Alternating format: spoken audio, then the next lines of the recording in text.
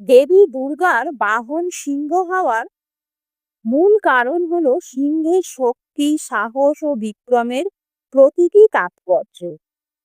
পৌরাণিক কাহিনী অনুসারে গিরিরাজ হিমালয়ে দেবী দুর্গাকে তার বাহন হিসেবে সিংহ দান করেছিলেন। সিংহ শক্তি, সাহসিকতা এবং বিক্রমের প্রতীক, যা দেবীর অশুভ শক্তির বিরুদ্ধে লড়াই করার ক্ষমতাকে প্রকাশ করে। পৌরাণিক কাহিনী অনুসারে দেবী দুর্গার অসুখ মহিষাসুর বধের সময় গিরিরাজ হিমালয় তার বাহন হিসেবে সিংহকে প্রদান করেন। দেবী পুরাণে বলা হয়েছে যে সিংহের শরীরের বিভিন্ন অংশে মহাদেব, বিষ্ণু এবং অন্যান্য দেবদেবীরা অবস্থান করেন, যা সিংহকে একটু পবিত্র বাহন হিসেবে প্রতিষ্ঠিত করে।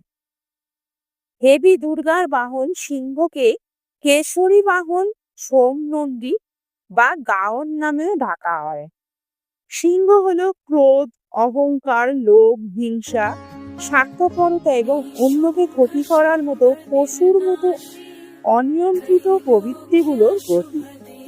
দেবী দুর্গা এই প্রবৃত্তিগুলোকে নিয়ন্ত্রণ করে এই বাহনে আসীন থাকেন।